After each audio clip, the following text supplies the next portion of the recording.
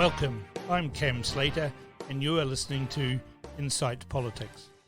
In this episode, I'm going to discuss my views on where polling is at, what that means for the various parties, and how the pandemic will affect the general election.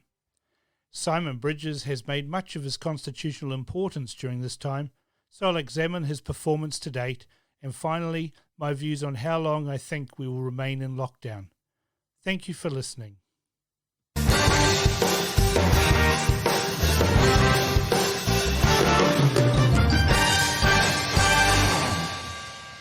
Where are we at with polling? The election date remains at September 19, and the last possible date for an election under our election laws is November 21. Any date after that requires a vote in the Parliament with 75% voting in favour. There have been no recent public polls, but UMR's polling has leaked into the public domain and has been confirmed with reputable sources. The headline numbers are Labour on 49%, National on 35%, New Zealand First and Greens on 5% each, and ACT on 2%. On those numbers, Simon Bridges' gamble to rule out New Zealand First is a busted flush. Even with New Zealand First, he still can't form a government. Technically, Labour could govern alone, but there remains the possibility that they would form a coalition with either New Zealand First or the Greens. It just depends on how far left Jacinda Ardern wants to lurch. National looks doomed to another 3 years in the wilderness, but on the plus side they should regain the Treasury benches in 2023. On the way through they will manage to clean out the malign influence of Paula Bennett and the inept leadership of Simon Bridges. National too will need to distance themselves from their communist Chinese connections, as there will be a worldwide backlash against China and the Chinese Communist Party in the wake of the Chinese virus destruction of world economies. Elections held during or immediately after disasters or wars favour the incumbent. It is what happens after the crisis has abated that the electoral destruction occurs. This election, Jacinda Ardern will be able to sweep her current failings and inept governance prior to the pandemic under the carpet. No one will care about the failure of KiwiBuild, the lack of progress on Auckland Central Rail Loop, nor any other pre-pandemic stuff-up. She'll be able to ask for a steady-as-she-goes government to right the ship after the economic destruction of the pandemic. Voters will excuse poor decision-making like her soft and late approach to closing the borders. They'll also forgive the economic destruction of the pandemic and excuse everything away by saying, what was she supposed to do? The world was in crisis. She did her best under trying circumstances. If the election is held this year, then it's my belief that Labour will be returned. The Greens will cease to be relevant as climate change is but an annoying squeal in our distant memories. National will slump by as much as they did in 2002, though I don't think they will beat Bill English's dreadful 2002 showing. He will have that monkey on his back for some considerable time. The 2023 election, though, will see Labour toss from office. People will have had the virtue of seeing for themselves in the cold light of day and with the coldness of retrospective review that hard and early was a slogan, an illusion, and ultimately a lie. The economy will still be recovering and vast swathes of employees will in fact still be unemployed. We will have suffered through a hard recession and a stuttering recovery, with the electorate and the country deeply in debt. The voters will want to hold someone to account, and that will be Labour. Eventually, though not now, history will not look favourably upon Jacinda Ardern and her so-called kindness. Who knows who will lead National by then? The current talk is of the wets like Todd Muller and Nikki Kaye. The electorate won't like them though, and they're probably in the wrong party. No, instead, National will have to choose someone strong to counter the wishy-washy leadership of Jacinda Ardern. One possible saving grace for National would be for the Parliament to pick an election date sometime next year. It is National's only hope of being able to claw back support in time. I have closely watched every meeting of the Epidemic Response Committee and have been shocked at the performance or lack thereof of Simon Bridges. He made much of his constitutional responsibilities during this crisis, and here are some examples of how seriously he takes those responsibilities from the last 2 committee meetings.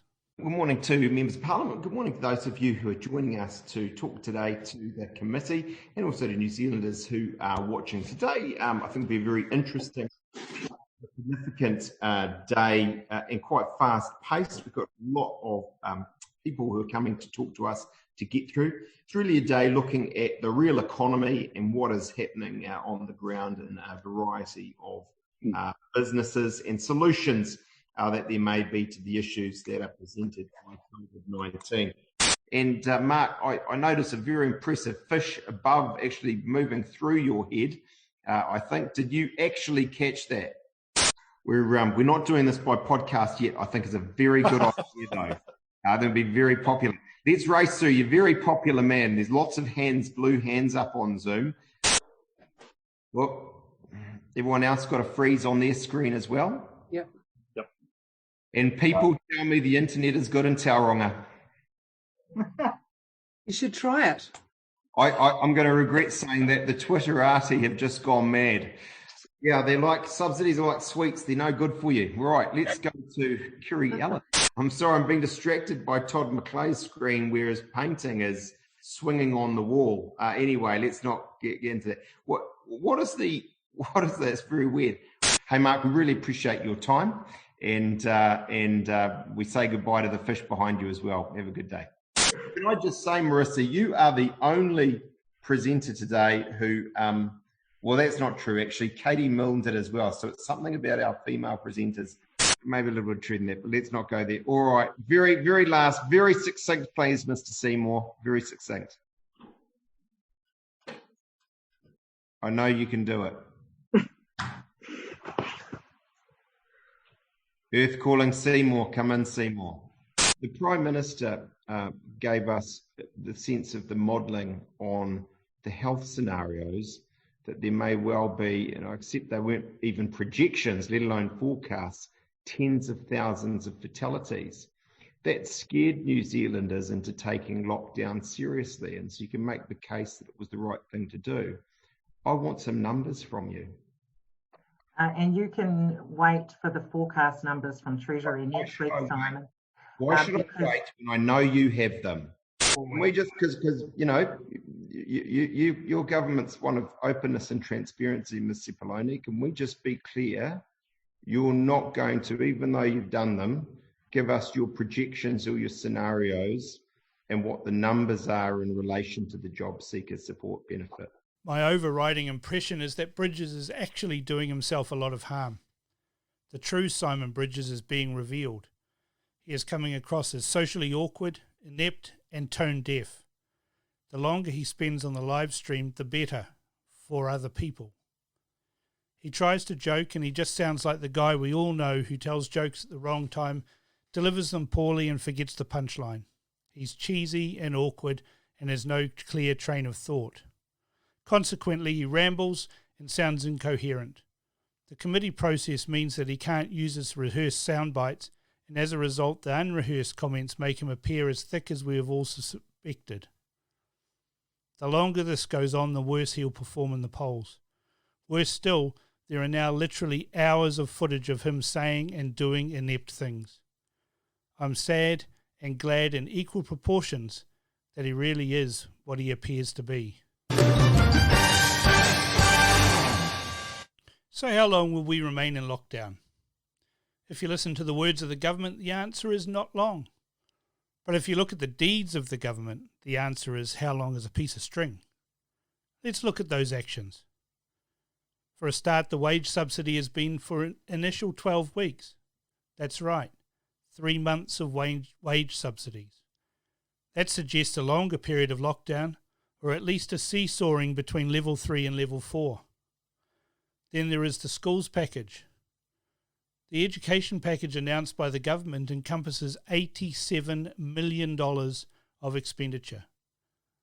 There's a mass rollout over the next 2 weeks and the launch of 2 learning television stations. That suggests that lockdown will last longer than people think, At the very least, schools are going to remain closed for the foreseeable future. Now, Term 2 officially starts on April 15. Lockdown at Level 4 is due to end on April 24. And Chris Hipkins has warned parents not to assume schools and early childhood centres will automatically reopen once New Zealand moves out of Level 4. Given the large expenditure of taxpayer funds and the massive logistics exercise in progress, I think we're highly unlikely to see us come off Level 4 at the end of the first 4 weeks. And even if we do, then schools will remain closed like in South Korea, where schools have entered their 6th week of closure.